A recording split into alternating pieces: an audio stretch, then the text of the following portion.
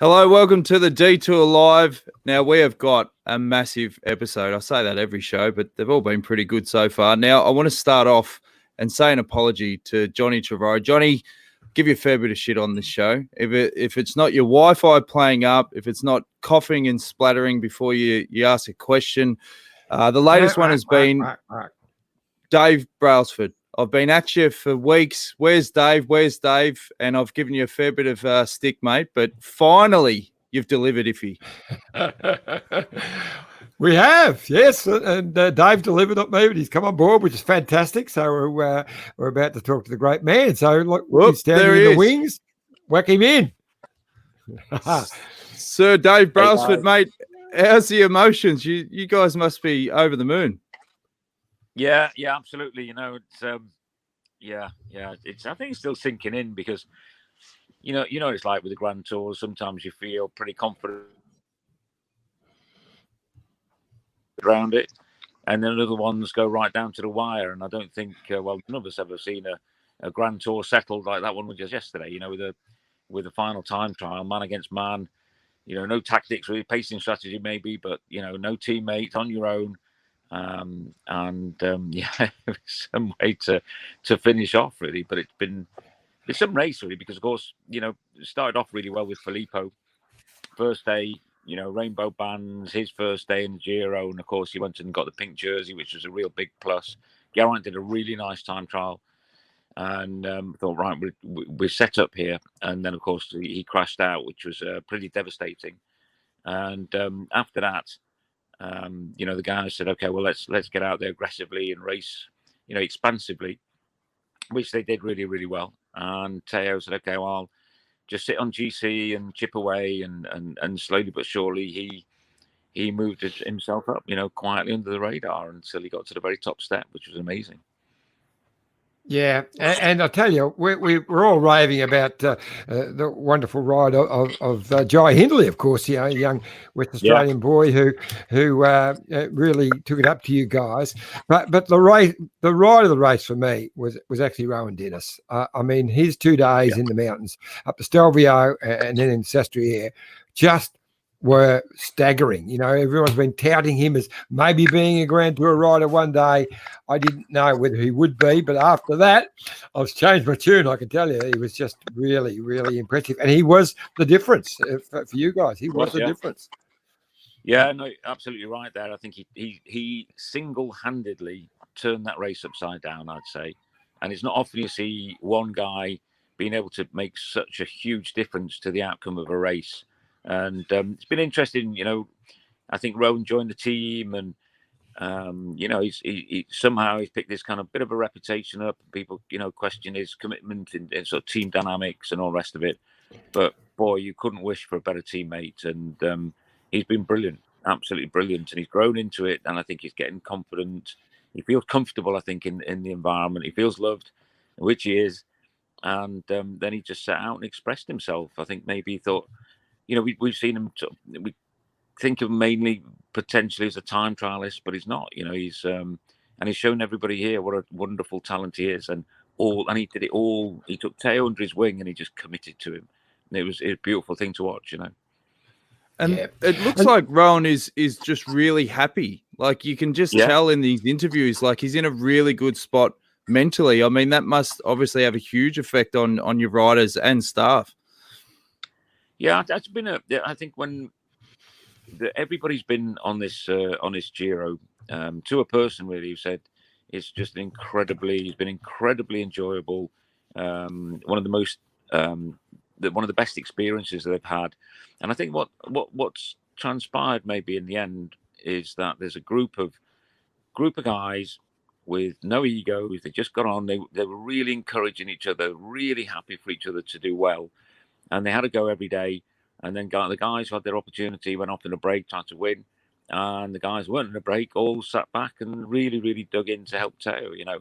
And there was like it's like the classic camaraderie. They've had a brilliant time, and they're happy. And if you could bottle that up and put that into every race, we go a lot further, that's for sure.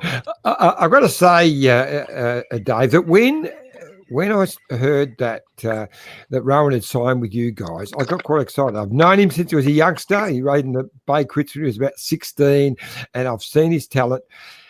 And I've always found him to be super professional, but very particular on little bits and pieces. And he just wasn't in the right team. And I was worried for him. But the minute I saw he'd signed with you guys, I thought, you know what? He'll be good here because you guys are so professional and you tick all the boxes that are right for Rowan. So I think it's a wonderful marriage.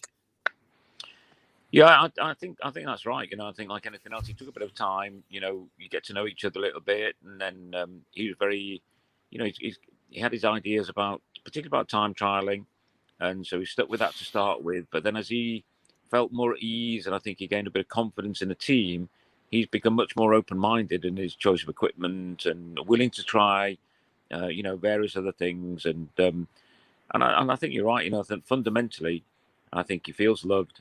He feels happy, and I think he knows he's got. We trust him a lot, and that's settled him down. And then once you got him to that, the good sort of mental space, really, then he just goes and expresses himself. So, but I think one of the, like you say, Iffy, I think the performance really. I mean, obviously Tao won, and Ghana did his thing, but I think in terms of impact on the whole race.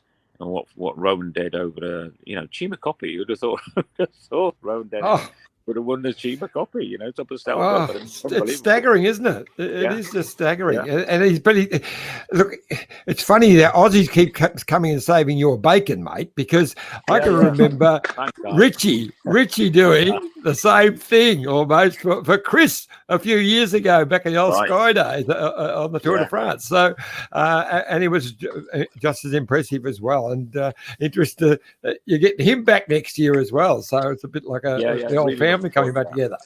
Really looking forward to that. Yeah. But the other thing, just what we're talking about with Ghana, with Filippo, his individual stage win was staggering as well. He came out and did something we didn't think he'd be able to do on a tough day for a big fella like him. That was also super, super impressive. I think that set the tone, actually. It was, so that was the day, obviously, Geraint crashed out. And then the following day, Filippo went to the break, and, we're thinking, oh, great, he's made the break. And of course, then he started to climb like he did. And I think for anybody who knows anything about cycling, they knew what an unbelievable performance that was. And I think all of a sudden it opened him, it spread his wings out from being just a time trialist, an individual pursuiter. And people are, wow, if you can climb like that, then, it opens up a whole new world, basically. And it's, and I think that was quite inspirational, I think, for the rest of the guys. And so that sort of set the tone. And from there, they just went from strength to strength. Dave, I don't know Tao, but from all the interviews I've seen, the good litmus test in cycling, if they're a good bloke, is how emotional people get when they have a victory. There's been such a huge outpouring of emotion for this guy. He must be really well respected. Yeah, he is. He's a really nice guy. He's a caring guy. So he doesn't like if somebody's not, there's something, somebody's not quite right. It kind of plays on him a little bit, and he's always asking you, are you okay? Are they okay? He wants to know everybody's all right. And I think that kind of touch goes a long way, and then he's kind, he thinks about other people. Obviously, he's a great little racer, and he can get his elbows out when he needs to. But fundamentally, I think he's just a good person, and I think people can feel that. When you've got a good heart like that, then people are happy to see you being successful. Was it a different feeling being in a Grand Tour where, after obviously G crashing out, there was really nothing to lose, even though when it got to the pointy end, you're thinking, hang on, we could win this. But without that pressure, did you find it more enjoyable? Well, I think as a group, the whole group, to be fair, came together and bounced back. It was the tour didn't quite go our way this year. And, obviously Kwiato and Carapaz put a good little show on at the end. But it wasn't, it's not what we went to look for in the first instance. And so coming off the back of that, we're getting quite a bit of stick and criticism. But then I think you're absolutely right. When it was like, rather than having a single leader when it was all in and makes it pretty intense, and all of a sudden all of the riders had an opportunity. They all felt, wow, okay, we're going to do something here. Castrovecchio hadn't been in a break for 9 years, and there he was up the road enjoying himself. And I think it just brought out I think personally it just brought out that real spirit of racing. We're not trained, we're not just robots, as people like to say. And I think all the guys got into the sport because they're bike racers. And I think the essence of bike racing is kind of coming back a little bit into our sport. I think, we've got this new young generation. Yep. They're not scared of trying. They'll attack from far out. They're good racers. And I think there's a real shift in the way the sport's heading at the minute. And I think we're going to go back to being more about racing than it is about just training and fitness and all the rest of it. Well, that's a fact. You've been accused of training the team to be like robots in the past, Dave. But now I see a headline on Cycling News here: Brailsford proclaims new racing philosophy, and it says that you're going to everything's changed, mate. What does it say here? It's what it's like about this. We've done the train. We now done the defensive style of racing and won a lot of doing that. But it's not much fun. So really, this is it. This is the new style. So what's that all about, mate? Well, I just think, I think the sport is changing. There's no doubt about that. And there's a young, fresh group of guys coming in, and they're just ripping up the rule book, aren't they? In terms of the style and the approach to it, and it's great.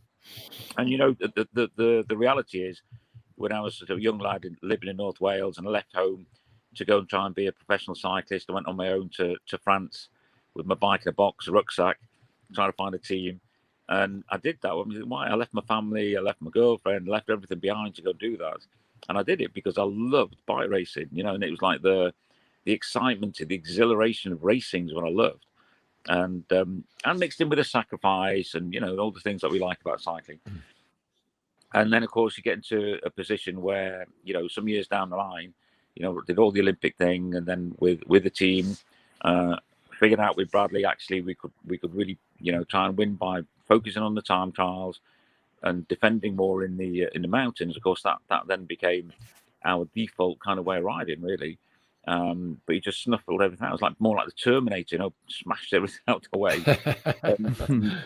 it's all well and good, but you become the enemy. And I suppose that dilemma is you find a way to win, and it's professional sport in the end, so you're going to keep on doing it. And we won a lot, but there was certain, I think, to be fair to the way that Chris rode in the Giro and some of the, the way that he rode was fantastic. Likewise with Geraint, likewise with Egan. But in general, the approach was fairly defensive. And I think we had a big impact on the sport, and people did criticise us. People didn't necessarily all like that style of racing. And I think now, I've probably got, a few more years left, and we've got a new group. We've got, the Grenadiers it feels like the start of a new team and a bit of a new era. And so I'd like to very much leave the sport whenever until I do. With a really, really cool racing team that, the type of thing that inspired me when I was a kid when I started. So, I think the riders are up for it. The sport's kind of in a good place at the minute. So why not become, be a bit more, I guess in soccer we'd say, instead of being like Germany, be a bit more like Brazil, or instead of being a Terminator, be a bit more like Zorro, that kind of thing, and have a bit more flair. Yeah. It's the hardest thing, Dave, when you guys are innovators, and every year you're doing little tweaks and the marginal gains and so forth. Other teams see that and they go, "Oh, we might do that as well." And then next year you're trying to innovate again. Is that pretty taxing? Well, it's just kind of what it never stops. I think just accept that that's part of this sport is you've got to keep on moving forward all the time. There's no point that it's going to stop. You don't get an edge and keep it. You get an edge for a little while maybe before everybody else catches up. And of course, with the way it is now with technology, it's very quick for people to catch up, and for us to look at other people as well. To be fair, so I think it's part and parcel of the sport. But I think the other teams are, Jumbo and UAE and Rod in Bahrain, and they do some really good stuff. To be fair to them, and they're pushing us as much as we've been pushed. But I do think like this year with obviously we changed from Sky to Ineos, and then Ineos onto the Ineos Grenadiers, and we had an awful blow with Nico at the start of the year. That's really did take its toll. Way more than people see, I think. And so coming into the Tour this year was it's first time we've been to the Tour without Nico, and that was tough. It was really, really tough. But I think not winning the Tour this year actually felt a little, and it was not a pleasant experience. It also frees you up because you're no longer trying to hang on to something and avoid losing. All of a sudden you can sit back again, reset, and think, right, let's go out and try and smash it and try and win again. But let's do it with a bit of style instead of just winning. The style of trying to win is important, I think, and that's what we're going to try and do. What you touched on before, Dave, when you mentioned about what's happening around the world with the youngsters coming on, it's just been amazing, with all of them and all these different teams.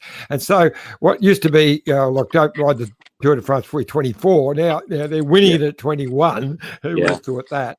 And 22, even with your young Mark Bernal, and there's so many of them now. Van der Poel, and it's just so exciting. But I got to tell you, there was one sad thing that happened at the Tour de France. You guys came back, and I actually picked you. I said, look, you know what, Sky, this is their last chance. They have to win today. And I picked Kwiatkowski to win a stage.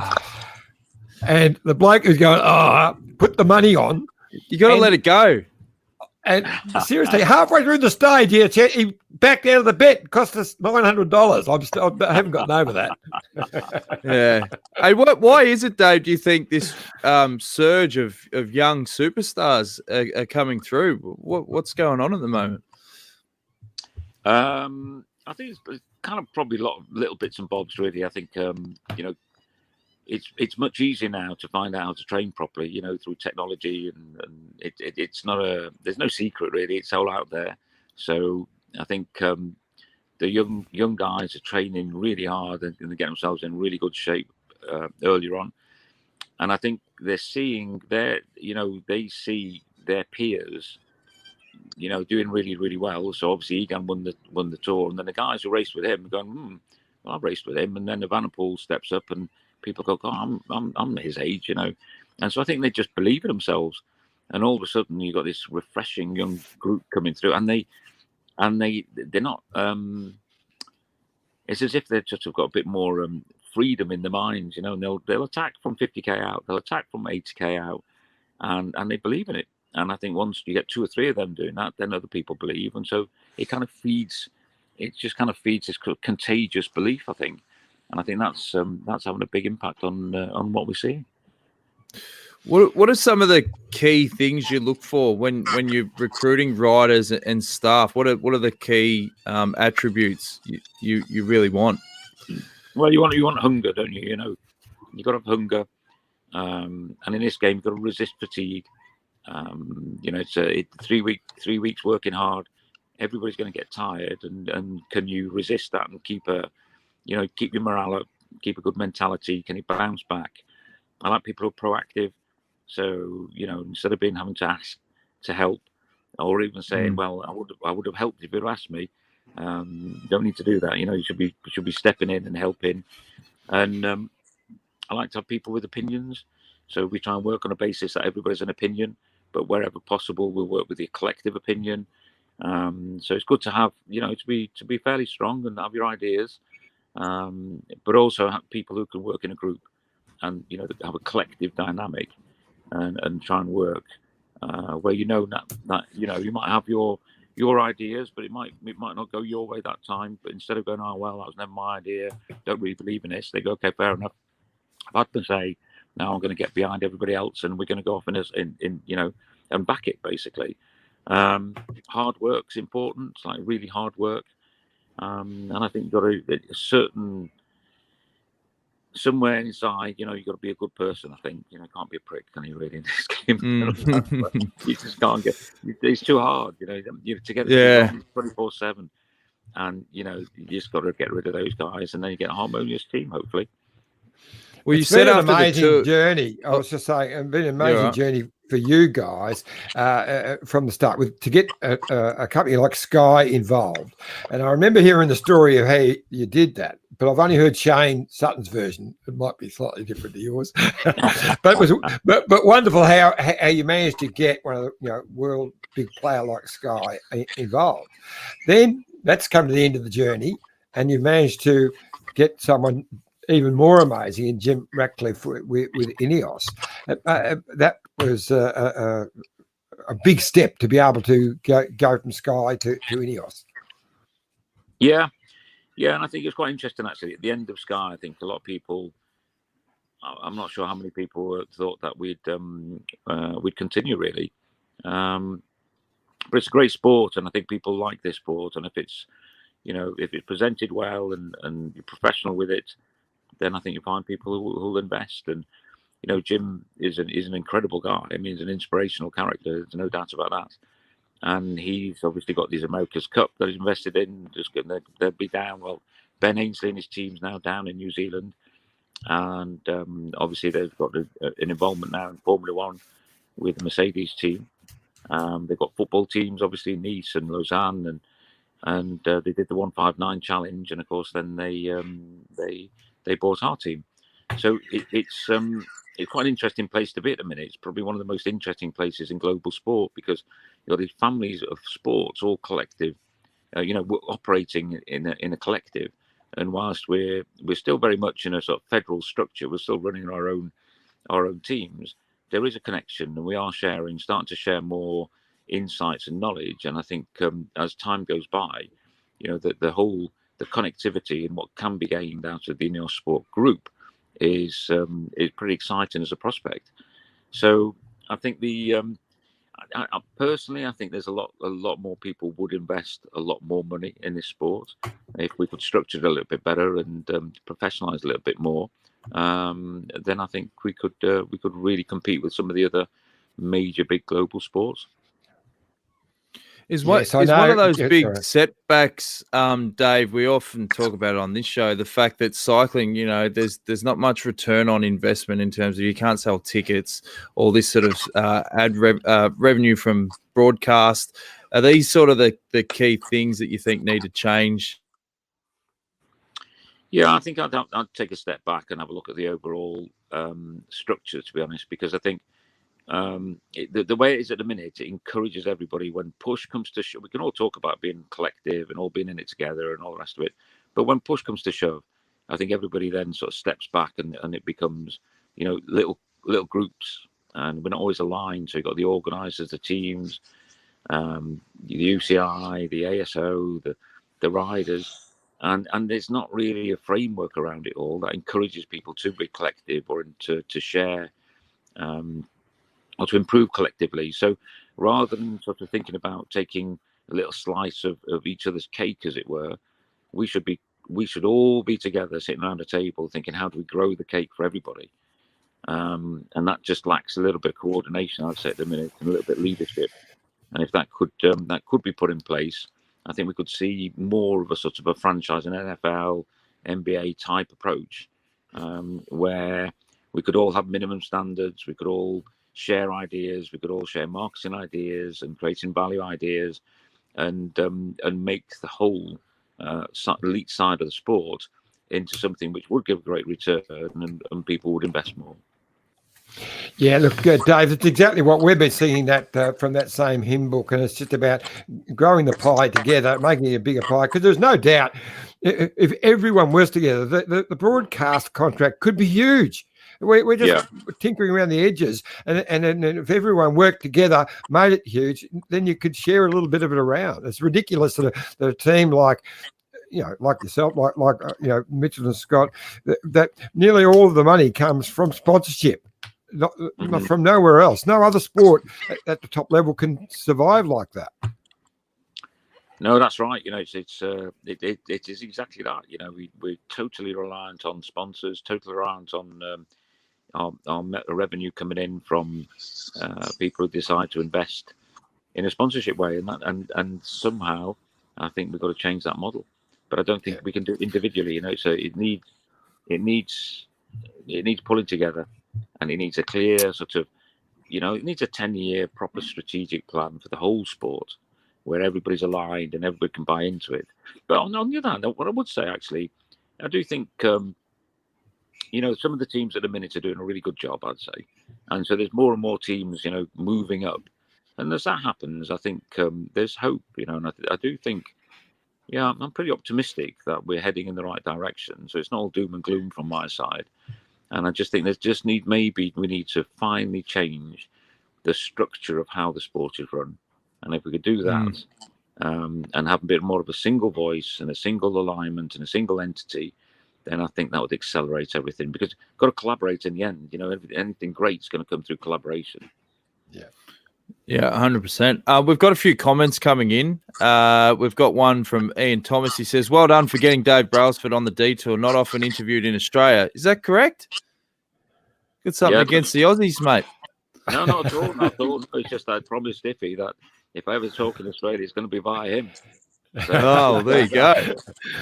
You have to get some bottles of Michelin sent up to the UK, Iffy. Stuart McIntosh says, will Rowan Dennis get a chance to ride for the GC at Ineos in the future? Well, I think it was interesting. I think if we set out with Rowan and said, right, Rowan, we're going to go and ride GC, I'm not sure that would be the right approach.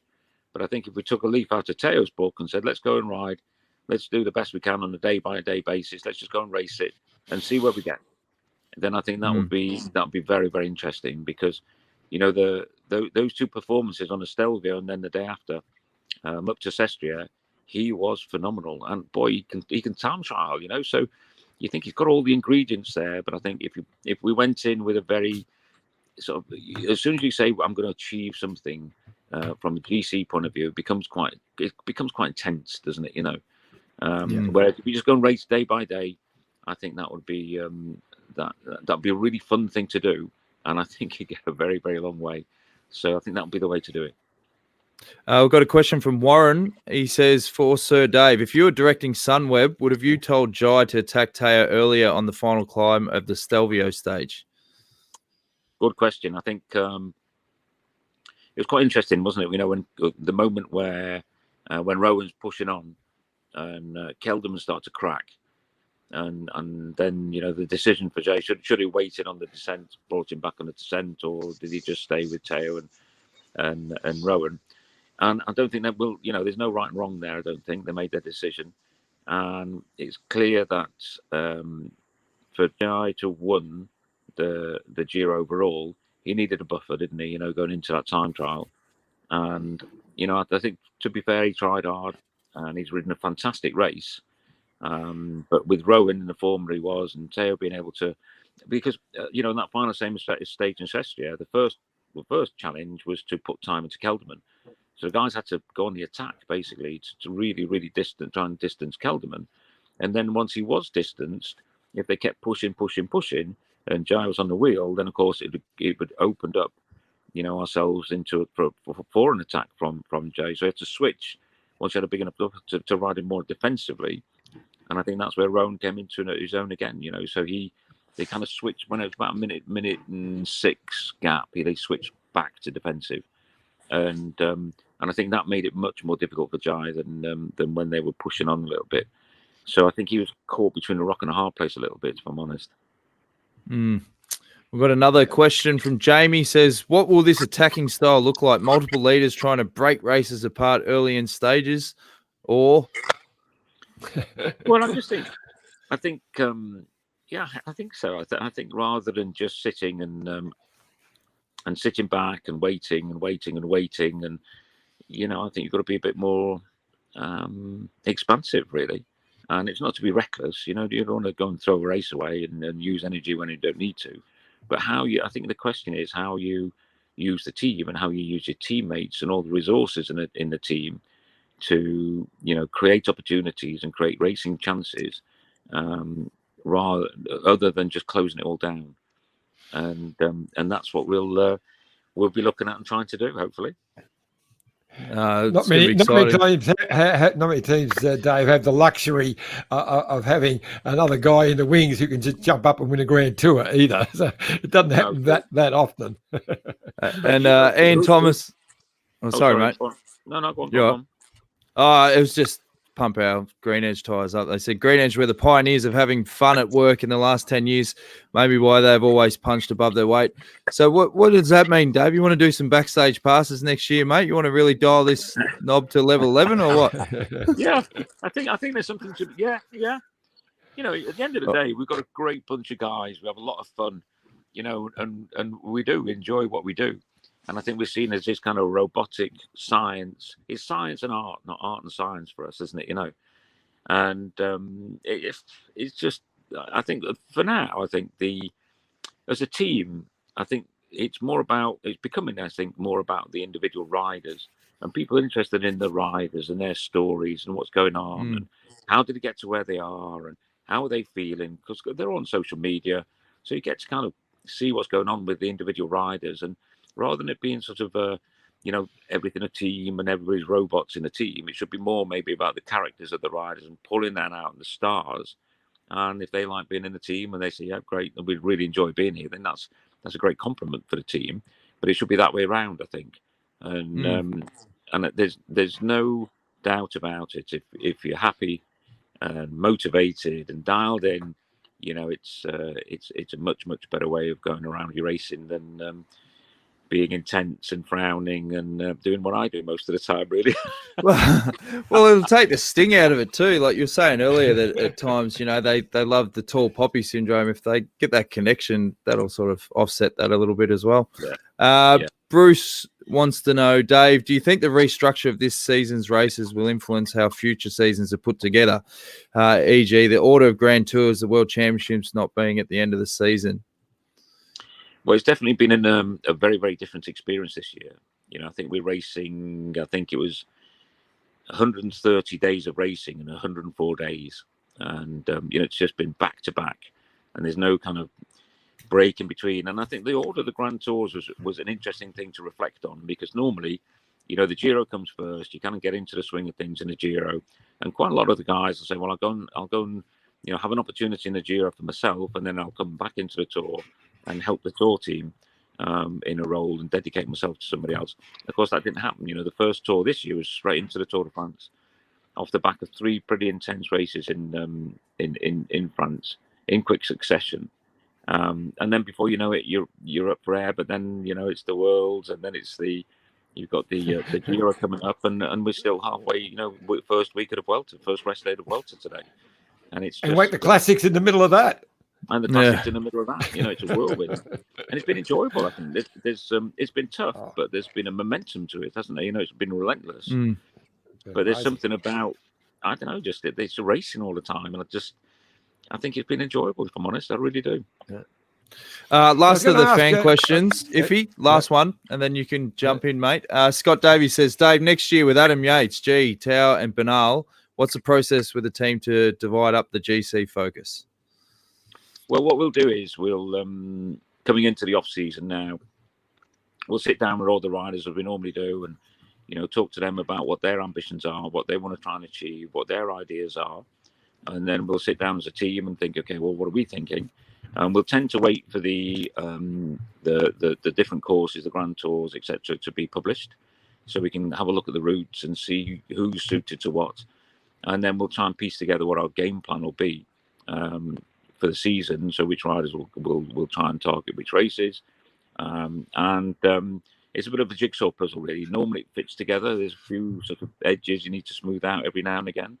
But we'd like to, you know, I think the classics is an area where, you know, we focus mainly on stage racing, let's face it, and the Grand Tours.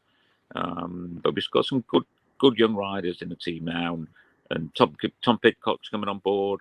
And, you know, I think we just need to broaden our horizons a little bit. And for us, maybe take the classics a little bit more into consideration than we have before. I was going to ask Dave, how are you going yourself? Because you've been pretty keen on keeping yourself fit, but I know that you've had a few health challenges of late. So how are you going? You all good? Yeah. I've got to go to hospital on Wednesday, actually, for a couple of tests. And so I had, where are we now? October. Yeah. So August last year, I had quite a big operation for I had prostate cancer. But over that now. It feels like it never happened, to be honest. But I don't know if that's just me. But it's in denial. I think I just don't. I don't think about it, and I do try and I work hard on trying to ride my bike every day and stay healthy. But I just got to go back. I've got to got a few tests I need to do on Wednesday just to check everything. So fingers crossed. And it's when you've been told you've got cancer once, and if you've got something you're not quite sure about, you go and test. It always plays on your mind a little bit. And I must say that I do feel much more. I feel very, very. I'm much more. I feel just different. I do. I feel I want to enjoy life. I want to, and that's why I want the racing to be more fun and enjoyable. And it's got to be something that you like everybody else to have fun watching and exhilarating moments and all that kind of stuff, and not just banging your head against the wall. So, but apart from that, Iffy, I'm good. And how are you, mate? How are you? I'm as good as gold, mate. I learnt from my challenges that I was too serious before, so I thought I could get more lighthearted afterwards. So it's worked well for me. Yeah. But no, I'm as good as gold. Luckily, my jokes are better than yours, Iffy. So we're all right that. Well, you can debate that. I'll tell you one story I really did like, that the story of the Grenadiers. So Jim Ratcliffe evidently loved his Land Rover. I think it was the Defender, the model, and then the Land Rover decided they weren't going to continue with it. So he tried to sort of negotiate to take over making it, but they refused. So he ended up making his own, the Grenadiers, and that idea all happened in a pub called the Grenadiers. So that's where the name of the car comes. Is that a true story? Yeah, true story. Yeah, true story. Yeah, and sitting in the Grenadier pub saying, "Why don't we just make one then?" And I think that was so they have. It'd be good to have that sort of money, wouldn't it? Like the amount of ideas I come up with at the pub. Jeez, could have had a whole range of sports cars. I was gonna say, Dave, you said you were going to do a full review at the end of the tour. After the Giro, is that review going to pop up and go, "Yep, we're still pretty bloody good"? I don't think we've ever stopped thinking we were good. I think to be fair, we've got some fantastic riders, and that's that. In the end, it's about your riders, isn't it? But I guess we were 10 years in, and we worked in certain ways, and we're getting older, and you sometimes think, are we just kind of doing what we always done, rather than getting some fresh ideas and new voices, being challenged. And so I think that kind of review is always a good thing. I mean, it's been great to be able to bounce back. We like always. People like to give us a lot of shit, and I get a lot of shit. We get a lot of praise too when we do well, but we get challenged. But it's nice to be able to, we've got a strong will. I think the one thing about us is we'll keep on adapting, we'll keep on learning, but you never break our will. There's never ever break our will. That's not going to happen. And so when after the tour, it's a question of bouncing back. And then G crashed on the second day, and that was like a real wow. Okay, can't believe that's just happened. But then you bounce back again, and then of course yesterday, little Richie Carapaz took the jersey in the welter. So all in all, we're doing okay. We're doing okay, I think. But you've always got to. You can't just rest on your laurels. You've got to keep pushing and keep challenging and keep checking, and I think that's part and parcel of trying to go forward. And I think, there's nothing better than a good old, when you lose every now and again, you get a good old, kick in the bum, as it were, and it sets everybody down, and you think, right, wow, okay, we've got to go again. And I think that's part of sport, really, and you get those moments where you really got to shake yourself down and go again. And I think that's what we've had a little bit this year. So hopefully it spurs us on to greater things. Yeah. Well, Dave, we always ask special guests on this show. We're in the middle of a pandemic. People are looking for motivation, inspirational stories, and that. What can you give the people out there that are going through a bit of a tough time from what you've learned on your incredible journey, mate? Yeah, so I think one of my favourite little things is, I've got two favourite little things, really. One is, I just like the phrase, bend like bamboo, because you're going to get under pressure And when that happens, you think, okay, just bend like bamboo and just hang in there, and boom, it'll snap back. It'll come back, and it always does. So that for me, resilience is bending like bamboo, and it's not snapping. It's like a twig, and you take the pressure, and all of a sudden you snap. And so I think it's just that flexibility to know, okay, this is it's a bit tough in a minute. We'll bounce back. It'll definitely bounce back. And I think the idea that tough times don't last in the end. And tough people do. And it's I think it's just temporary. And we just got to stay with it, stay positive. And I think the other thing is with this pandemic with lockdown, I think there's nothing better than community and a bit of camaraderie, laughing with your mates and talking to people. So as difficult it is to stay in touch with people, see people face to face, I think making that extra effort to still communicate with people and chat to people, pick the phone up, do what we're doing here. I think that's a really important part of the human psyche and something that we should all continue to do. Sensational, mate. Some great words.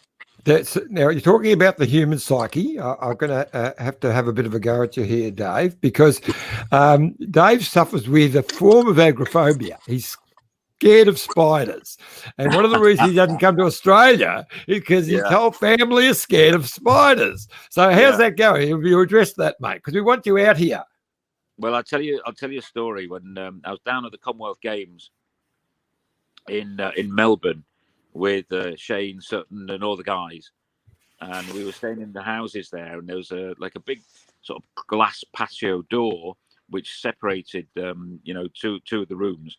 And we came back, and there was a huge kind of all this screaming and shouting going on, and basically there was a huntsman spider on the patio door, and it was like, what? It was a horrific looking thing. I've never been so scared in my life. And Shane, bless his cotton socks, went up and grabbed it by the leg. He just grabbed it off the window by its leg, like it's dangling from his leg. Yeah, don't worry about that, mate. And what he did was he went, and everybody's like couldn't believe what he did. And he went round, and there's a wheelie bin at the front of the house, and he put this massive spider into the wheelie bin. And then next morning, we were sitting outside, and Ernie, you'll know Ernie, our mechanic of British Cycling. Yeah. So he came out, and Shane went, "Hey, Ernie, do us a favour, mate. I think I have an in tube, and I think I threw it in that wheelie bin there. You wouldn't just get it out for me, would you?" We'd open the bin, his head digging around this thing, and his massive spider. Oh God! I mean, I was petrified just watching it. They're fine, the huntsmen, mate. They won't even hurt you. It's the redbacks that get you. Anyway, they're big bastards, Give that one a pass. Well, it's been an unbelievable journey, as we said, Dave, and we really appreciate you coming on the detour. You're obviously a busy man. You're going to have a lot of people wanting to chat with you, particularly after the Giro, but we really appreciate you coming on and sharing those insights, mate, because no doubt next year you're going to continue to tick a lot of boxes. Yeah, hopefully, but on the other hand, the reason I'm quite happy to come on here because you both played a big part in this sport, and you both contribute an awful lot, and I know that. So it's a real pleasure for me to be able to come back and jump on here with you guys because I admire what you do. I really do. Thanks, Dave. Buddy, legend, mate. Yeah, really appreciate you coming on the detour, buddy. Good luck next year. See you soon, guys. Good luck, Neverwilder, mate. All right. Cheers, mate. How good was that, Johnny? Very good. Sir Dave Brailsford. Bloody brilliant. All right, you better give Michelin a plug. Time to open up your shoulders, Johnny. Oh, yes, I've got actually, well, there we go, the beautiful Michelin Hotel. So one of Australia's favourite wineries and a place of escape. Experience the history, the beauty and the serenity of the Goulburn Valley at your own pace. Looking over the vineyards from the iconic tower, staying at our new hotel, relaxing by the pool, recharging in the day spa, exploring the seasonal menu at the Muse, and stopping by the Providore, touring out our cellars, and of course, tasting our signature wines. Now I'm saying it like I'm part of it, but anyway. It's become a very popular venue for weddings and major functions. And of course, downstairs, the wonderful Aboriginal art gallery, which is world class, and yet it's just amazing. And of course, the special $600,000 Land Rover. $650,000 paint job on a $10,000 Land Rover. It is sensational. But yeah, it is the place to go. And I'm going up there this weekend. It's my son's 40th birthday. So we'll be there on Sunday in the Muse restaurant, having a wonderful day. It is amazing. Good stuff, mate. All right, well, we'll have a quick word from our mates at Bike Exchange. Then after the break, we may have another special guest, so stay tuned. Look at this bike. You think it's just a bike, right? But it's not. It's a bike 374 people are looking at. This guy, this girl, them, all looking at it. People from here, there, and wherever this is. People that are looking for a bike. Or just a piece of it. Amateurs, semi-amateurs, and pro-amateurs. This guy wants this bike, but with this crank and these bars. This could be the perfect match. But not this one. This girl has a bike to sell, and thousands of people might purchase it. Eyes on Bikes help grow small businesses. His, hers, yours, and the latest data and insights help those businesses keep moving. We are the world's #1 bike marketplace, with over 500,000 products and 900 brands, where buyers and sellers are brought together in a place where a bike is never just a bike. Bike Exchange, where the world buys, sells, learns, and rides.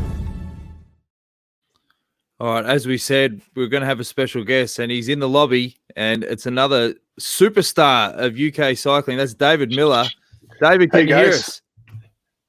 Can hear you perfectly. All good. Yeah, Dave. How are you, bud? Very well. Good. How are you guys doing? Yeah, bloody good, mate. We just spoke with Sir Dave Brailsford, all about Tao Geoghegan Hart.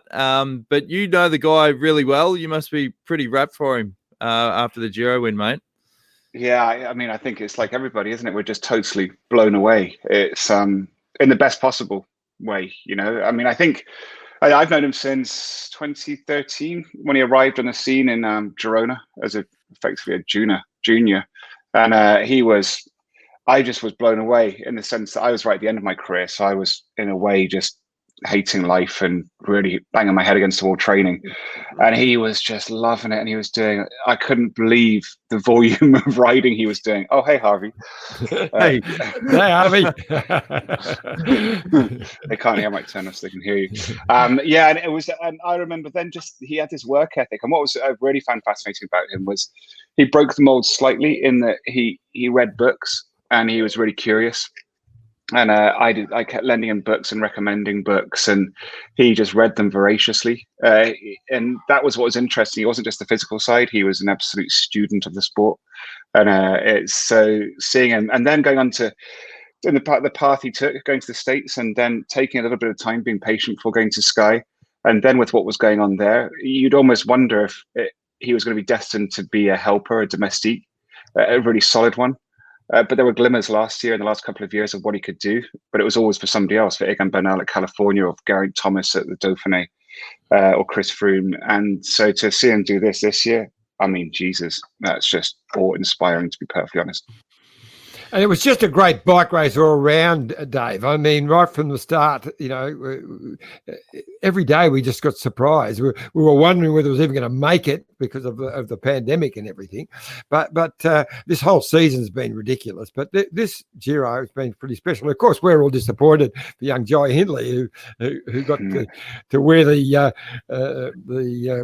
big jersey for about 40 minutes or something, 18 minutes or whatever it was, yeah. But yeah, it's still a sensational race. And we're all raving about Rowan Dennis. He's really stepped up. His two days in the mountains were staggering, and they were the difference. Yeah, I mean, I missed the actual majority of the racing, so I've been commentating on the Volta a España for British TV. So I was kind of seeing clips and bits and bobs afterwards, and it was like, what the hell is going on over there? And it was, yeah, and as you said, with Rowan coming up like that, and I tell you what's great for Rowan as well is it reignites that potential of him being a GC racer, because I think perhaps that had been put a bit on the back burner.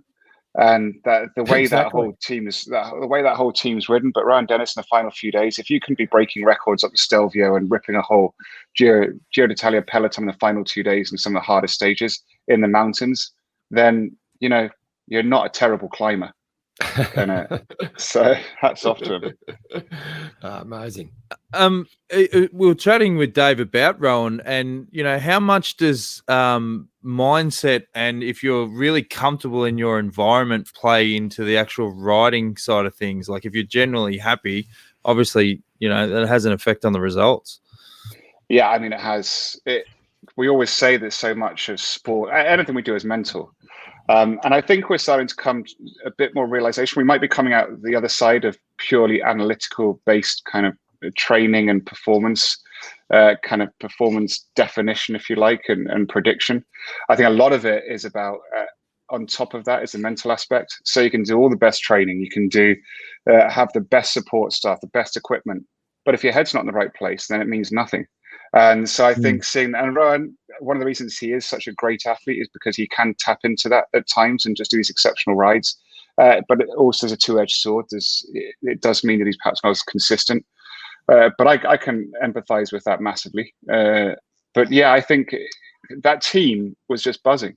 And I don't think it was just Rowan coming up kind of those final couple of days and being good. They were on a wave. Actually, it was almost like just a flywheel that was just getting faster and faster. I mean, 7 stage wins in total, and with Ghana, with just the whole team just firing everywhere. And especially after losing their leader, who was there to win the race on stage 1, stage 2.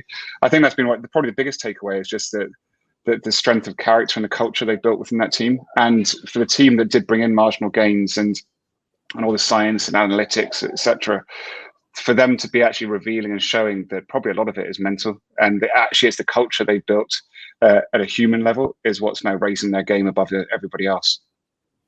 Well, I was going to say, do you think that this Giro will change the game forever for that team moving forward? Yeah, that's a good question. I mean, I think it might point out before the Giro, I think probably the word on the street was it was the beginning of the decline and fall of the Brailsford Empire. And once again, I think there's no way that was the case. I think what we've seen is actually perhaps the Tour de France and part of the beginning of this year was a blip. And it was a transition. They are going through a transition period with Froome leaving, with Geraint Thomas reaching the end of his career. There was always going to be a little bit of a bumpy road to get onto the next sort of set of rails, if you like. And well, actually, I think what is interesting is they can do both.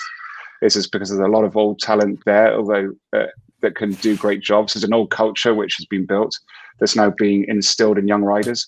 And I think perhaps as usual, we underrated and underestimated just how deep that team is when it comes to what they can do. The ride of Ghana, the road stage that he won, was also staggering, because that was, into some serious hilly country. And for him to do a ride like that for a guy of 80-something kilos, well, it was really amazing. Oh, it's terrifying. I mean, that's one of the big takeaways from just when I'm watching now from afar, and we do have certain access to data, etc. This whole new generation, they've just moved the bar up. It's gone from we were high jumping with scissor kicks and then now Frosby flopping. Kind of, it's like we look like amateurs compared to what they're doing now. And that again is a combination of different things. But I think they keep pushing themselves to do bigger, better things. Hence why we've now got this kind of absolute. It's like dominoes falling, watching all these young riders just win some of the biggest races in the world. And I think that it's hugely inspiring at many levels, but it does also prove that, Christ, I mean, how fast can they go, and how far can they go, and how long can they go? How strong are they? I think we're still a way off to knowing what the human body can do and mind can do in these races. Do you feel it's come at a really good time for the sport, given how sort of predictable it was starting to become, particularly the tours? When you have riders winning 4 or 5. From a fan's perspective, I mean, this has really lit a firecracker, yeah? Yeah, I think so. I mean, it's for a few reasons. I think the sport needed this absolute generation shift from where we've been. I mean, obviously, there's been a huge cultural shift from the kind of the doping era to the anti-doping era and everything that's meant. And also going into the digital era in the sense that the sport's got more coverage than it's ever had before. We see more of it. Before it was, you had to go and dig it out kind of and be an absolute cult fan of the sport to know anything about it, which has changed everything as well, I think. But yeah, I think it's great because there's no baggage with all these young riders. It really truly is a fresh new start. And with that bigger audience that are following, that are learning the sport anew, contrary to some of us, like us three here, are just hardcore cult fans at the very kind of core of it. For those new fans coming in, it's just amazing to watch. It's kind of, it's really cool. I think it's all great for the sport we love. And you were saying you were commentating on the Vuelta, mate. What are your thoughts there? Do you reckon Carapaz is looking the goods for the overall? Yeah, I mean, he looked really good yesterday when he went, but Soler's looking amazing as well. And I think it's the biggest takeaway so far is, by God, does it look hard? I mean, it's the first rest day today. They've been racing since Tuesday, and it's just been brutal every day, but almost every day. And I don't think it's going to improve because the weather, so the whole of the Vuelta is up in the northwest of Spain, which isn't the easiest country for bike racing at the best of times. But when it's in October going into November, we could see kind of almost apocalyptic classic conditions in a lot of these stages, which is going to add a whole new element to it. But Carapaz looked at ease yesterday in those conditions. They don't get much worse than they were yesterday, and he came out on top. A young Hugh Carthy, that was a very good ride of his too. He's really stepped up.